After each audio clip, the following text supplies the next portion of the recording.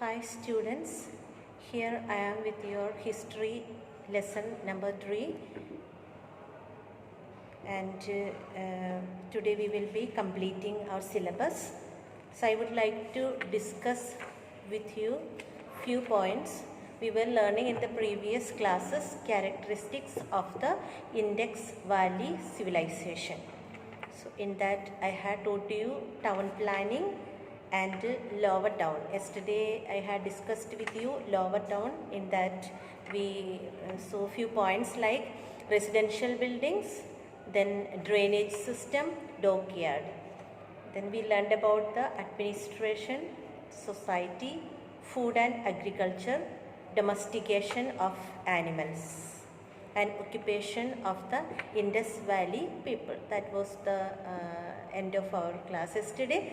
And today we are going to study about their art and craft.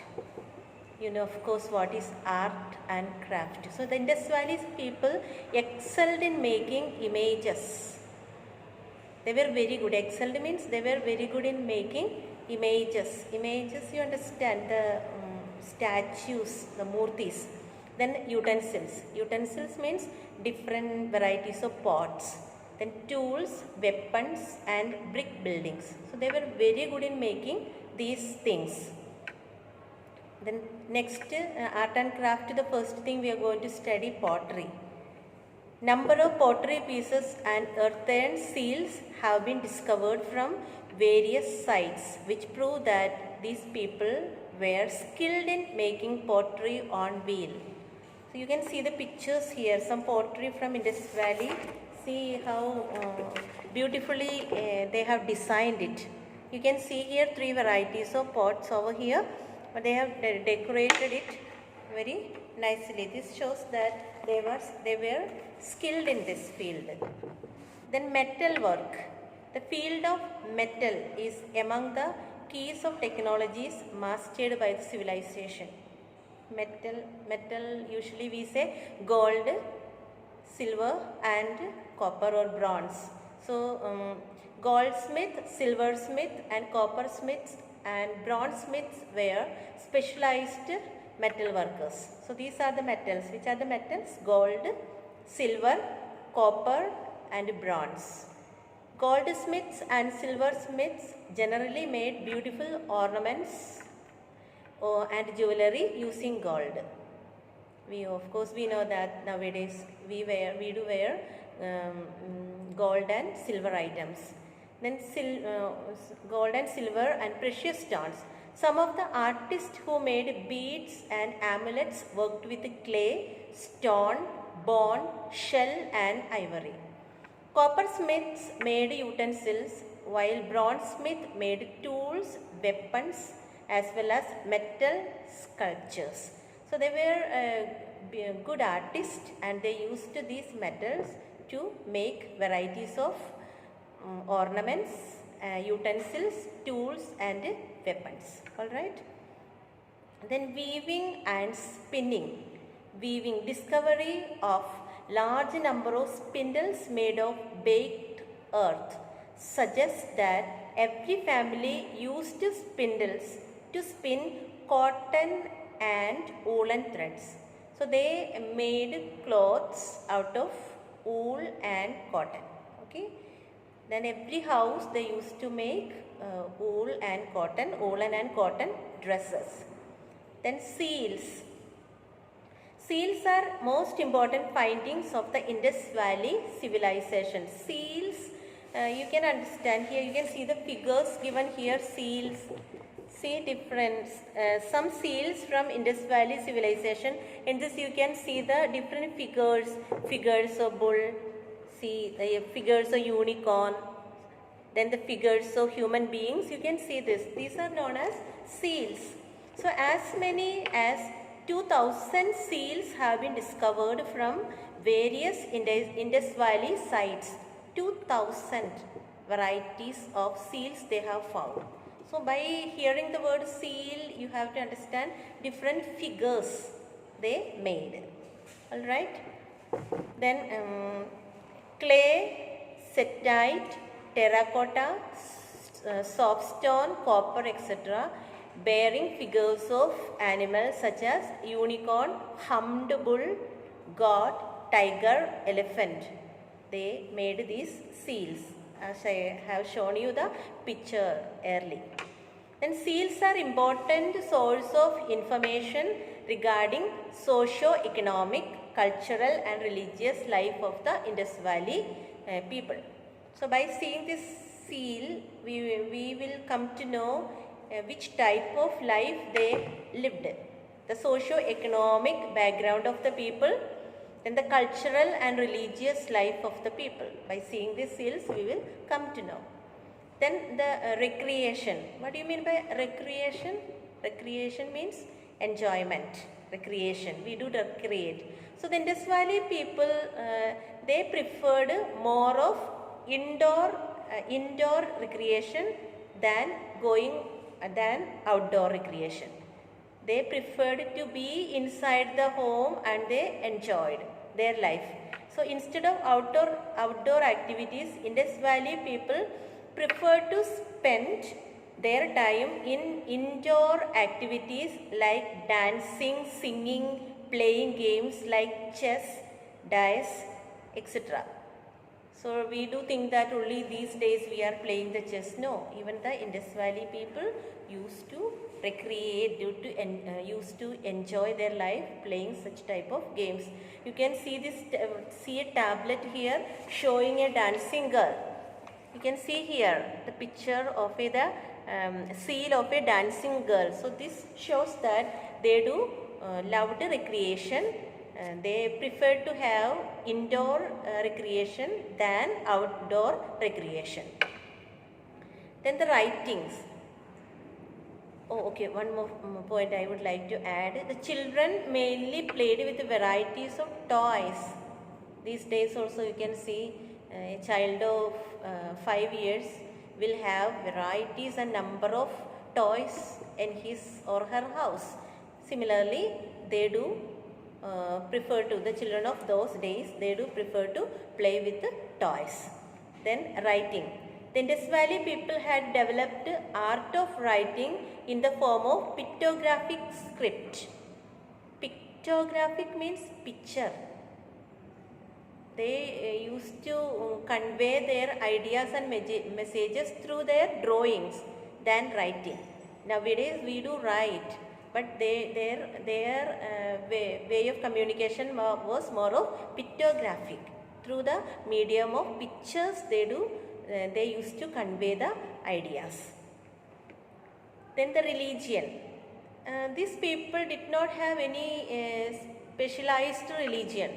Now we have different religion these days like Christians, Hindus, Christians, Muslims, Sikh, etc. But they did not prefer like that religion.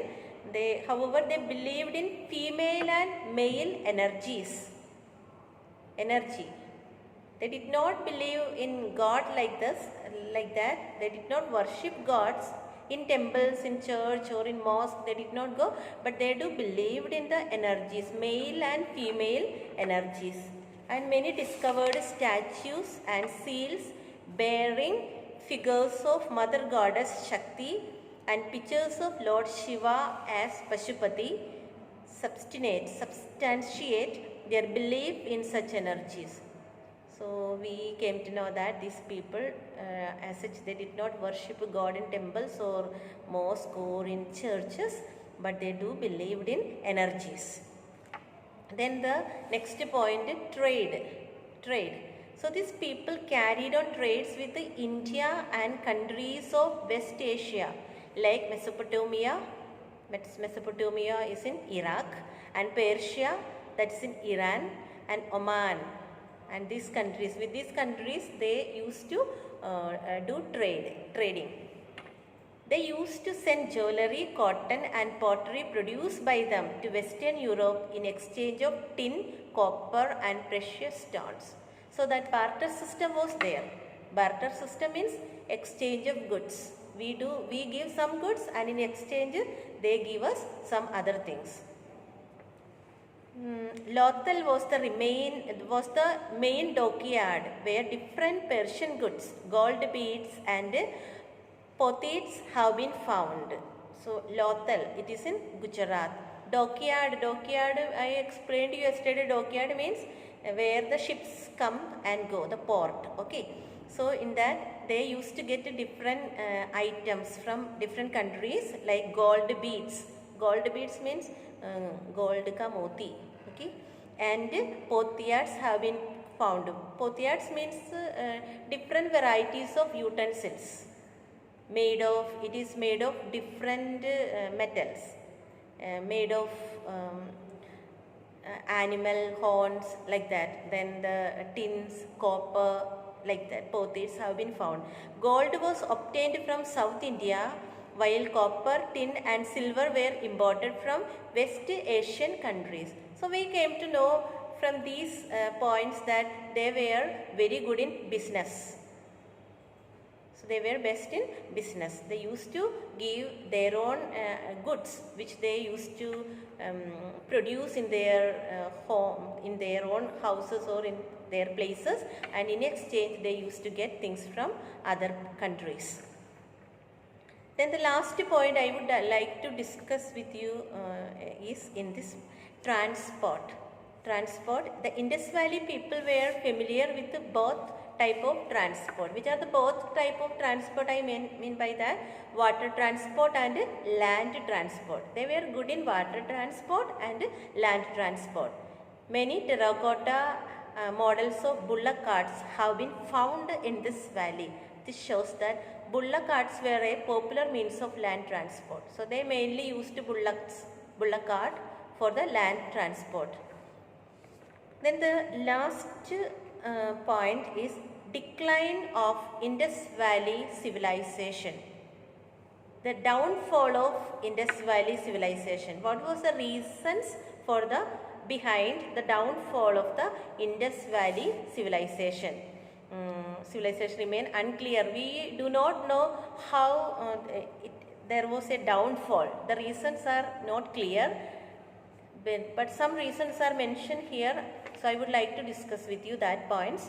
Natural calamities like floods, earthquakes or terrible diseases. This may be one of the reasons behind the decline of Indus Valley civilization.